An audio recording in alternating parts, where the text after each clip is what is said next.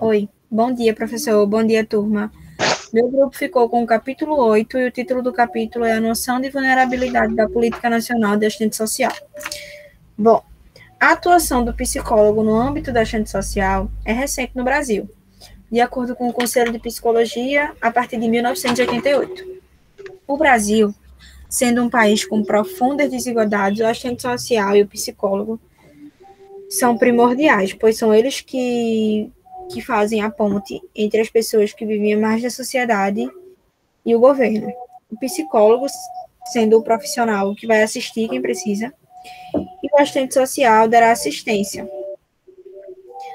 O Conselho Regional de Psicologia revela pesquisas que traçam um perfil de atuação do psicólogo, isso no ano de 2005.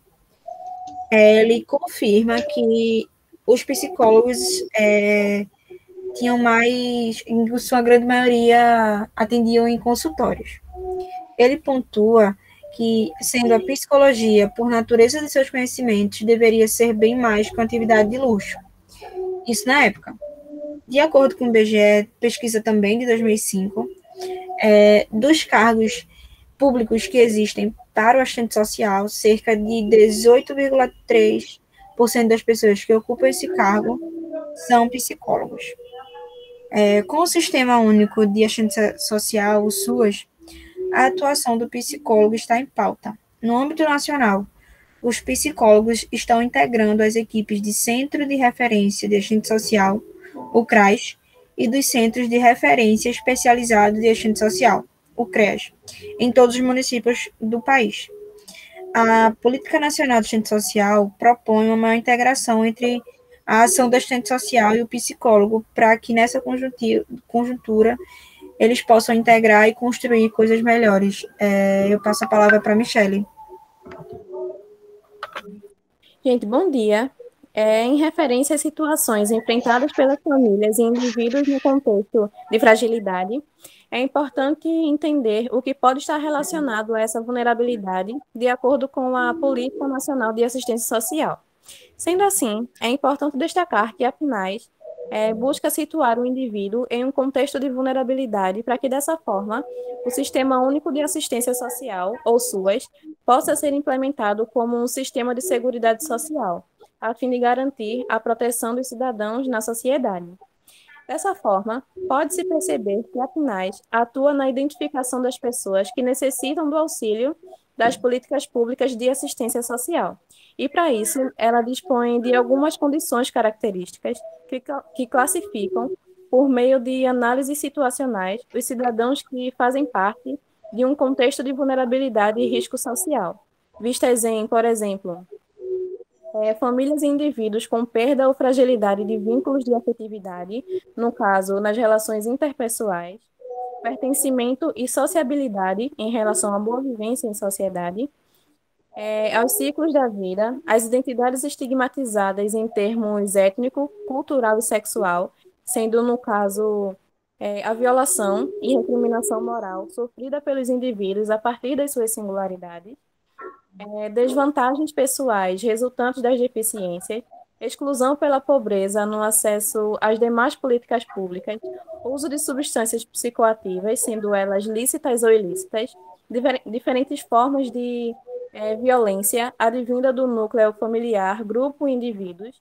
inserção precária ou não inserção no mercado de trabalho formal e informal, e, por fim, estratégias e alternativas diferenciadas de sobrevivência que podem representar risco pessoal e social.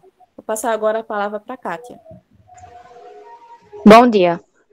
O termo vulnerabilidade aparece frequentemente junto do termo risco, sem ser feita uma distinção entre esses. A perspectiva do risco remete à possibilidade de cálculo, controle e do gerenciamento do futuro pela análise de determinados fenômenos. Portanto, há uma expectativa de gerenciar aquilo que é indesejável. Segundo Bernstein, a palavra risco significa usar. Sendo assim, o risco é uma opção e não um destino. Trata-se de uma aposta orientada, por um lado, pelo cálculo de probabilidade e, por outro, pela desejabilidade de que algo aconteça ou não. O risco envolve a possibilidade de perda ou dano, mas também é o do ganho. Do âmbito econômico, a aplicação do controle de risco ampliou-se para outros fenômenos sociais. Inicialmente, o conceito de risco se consolida no campo da economia, mas passa a ser utilizado amplamente a partir da Segunda Guerra Mundial. O risco, então, é aplicado em termos práticos, se referindo a um conceito operacional. Por exemplo, na avaliação de seguro de carros, para cada cidade, o valor do seguro se modifica de acordo com o risco de ocorrer um acidente ou não. Esse risco é calculado a partir da probabilidade do evento acontecer. Além da economia, a epidemiologia também aplica o conceito de risco, mas no âmbito dirigido aos riscos de contaminação e alastramento de uma doença. Entretanto, Robert Castell percebe o uso do termo risco nas gestões de políticas públicas, aproximando-se a uma ideia de perigo. As políticas preventivas, no primeiro tempo, se tratam das estatísticas e das correlações, não do indivíduo. Trata-se de uma vigilância de alvos precisos e materiais, ou seja, possui um atrelamento da ideia de risco à antecipação dos possíveis perigos. Entretanto, o autor critica a aplicação do conceito de risco, já que ele é um operador do perigo, porque, ao focar no que já é tido como perigoso, a intervenção é pensada como se o eventual perigo, a situação em si, já existisse. Essa percepção do perigo a partir da sua possibilidade e não da sua materialidade faz surgir um oco, um espaço entre o evento e a sua possibilidade. Não devemos nos orientar a partir das suposições do risco, porque ele fabrica uma ficção, uma concepção errada, que não necessariamente vai corresponder ao evento materializado. Entretanto, a intervenção realizada condiz como se o evento já tivesse acontecido. No campo social, o conceito de risco é naturalizado na expressão risco social, quando é associada à norma e à gestão de crianças e adolescentes tidos em situação de risco. Em programas, políticas sociais, o termo em risco e de risco confundem-se, e o caráter do risco aproxima a condição dessas pessoas a uma imagem de ameaça social. O risco se define pela própria constituição dos sujeitos, que opera em relação a uma norma, cujas intervenções supõem uma antecipação a um futuro indesejado. Vou passar agora para a Letícia. Bom dia, professor. Bom dia, turma. Bom, agora eu vou falar um pouco sobre algumas definições de vulnerabilidade.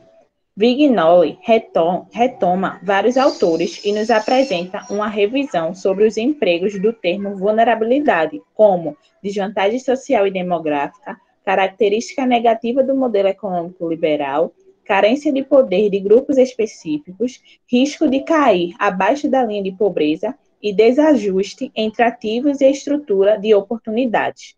Com isso, por fim, ele nos define vulnerabilidade como um conjunto de características não próprias que geram debilidade, desvantagem ou problemas para o desempenho e mobilidade social de seus atores, que podem ser pessoas, lugares ou comunidades, e que atuam como freios ou obstáculo para a adaptação dos atores aos vários cenários sociais.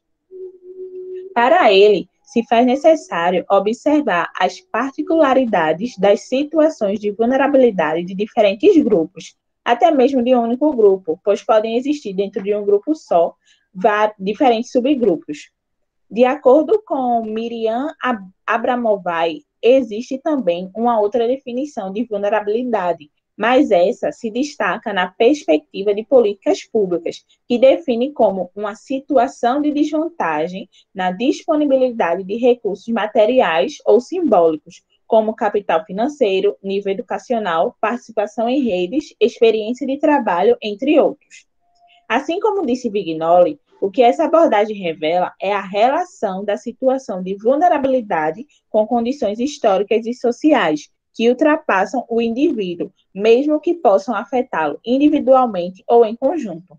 Com essas duas abordagens, a gente pode concluir que a modificação da situação de vulnerabilidade requer mudanças de condições sociais que extrapolam o indivíduo. Fazendo a retomada das ideias de Hallerstein e Cruz, elas destacam que alguns estudos têm apontado que a concepção de vulnerabilidade é mais contemporânea que a de risco. Uma novidade bem importante causada por essa concepção é o foco em relação a um determinado território. Quando se coloca em cena a ideia de território, o conceito de vulnerabilidade reflete a partir de elementos específicos e que não implica em generalizações. A noção de vulnerabilidade, desse modo, articula risco, perigo e território. É nessa junção que a ideia de vulnerabilidade diz respeito a um conjunto de aspectos harmonizados, permitindo avaliarmos se uma determinada população é vulnerável ou não. Agora eu passo a falar para a Rebeca. Então, agora, ao falar da questão de vulnerabilidade, em ligação com essa questão territorial e familiar, é possível a gente destacar que, ao analisar a indução do território, percebemos que ele faz parte, sim, da definição de vulnerabilidade, uma vez que os princípios de grupo e população que estão em situação de risco social faz parte de territórios com problemas sociais parecidos, tendo como um dos exemplos o alto índice de violência. Ainda, a desigualdade territorial está associada à rede de indivíduos, os colocando em situações positivas quando se trata de risco social. Também é válido a gente enfatizar que a vulnerabilidade é destacada como base num coletivo. Por isso, ela está, sim, introduzida no âmbito territorial e nas questões sociais. Com isso, ao analisar o caráter coletivo, é introduzida também a questão da família no geral, como um grupo necessitado de atenção social em si. Ainda, ao falar do ambiente socioeconômico, a família é direcionada a lidar de maneiras pessoais para tentar distorcer esses problemas. Dessa forma, percebemos e podemos também ter exemplo de crianças que deixam de frequentar ambiente escolar pela necessidade de ajudar dentro de casa. E ao crescerem esses estudos, perpetuam esse ciclo social nas seguintes gerações, pela necessidade da subsistência. Assim, torna-se claro que a imagem familiar está, sim, relacionada com a de vulnerabilidade. Agora eu vou passar a fala para a Michele. Dando continuidade e encerramento ao conteúdo, eu vou falar como os saberes dos profissionais da psicologia estão inseridos no campo da assistência social. Bem, a psicologia ela tem um papel no combate às vulnerabilidades enfrentadas pelas famílias que estão em condições não favoráveis socialmente. Mas mais especificamente, a função do psicólogo é fazer um reconhecimento, uma estipulação das vulnerabilidades existentes e prever quais são as vulnerabilidades que podem ser enfrentadas por uma determinada família ou por um determinado indivíduo, a fim de preveni-la. Mas caso a população-alvo já esteja em uma situação de vulnerabilidade, seu papel ele passa a ser o acompanhamento e vigia da situação enfrentada.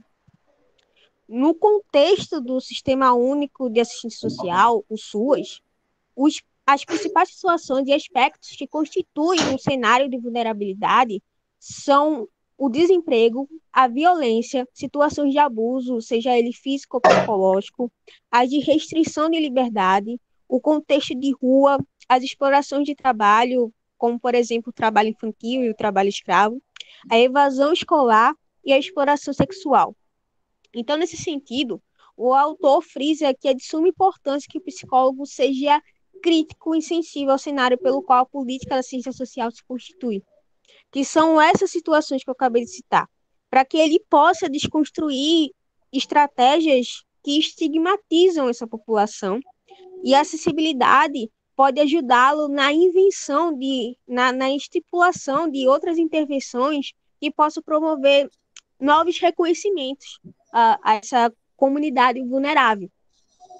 O autor critica essa ideia de atuação, tendo em vista que o psicólogo que atua no SUAS foca na ideia de vulnerabilidade e não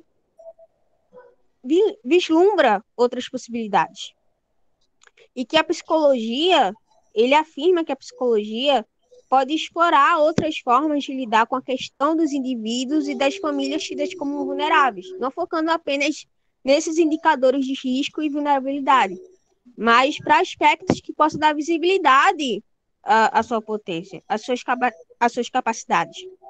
Pois o foco excessivo ou quase que exclusivo na vulnerabilidade limita as possibilidades de aposta de que esses sujeitos possam ocupar outras posições sociais.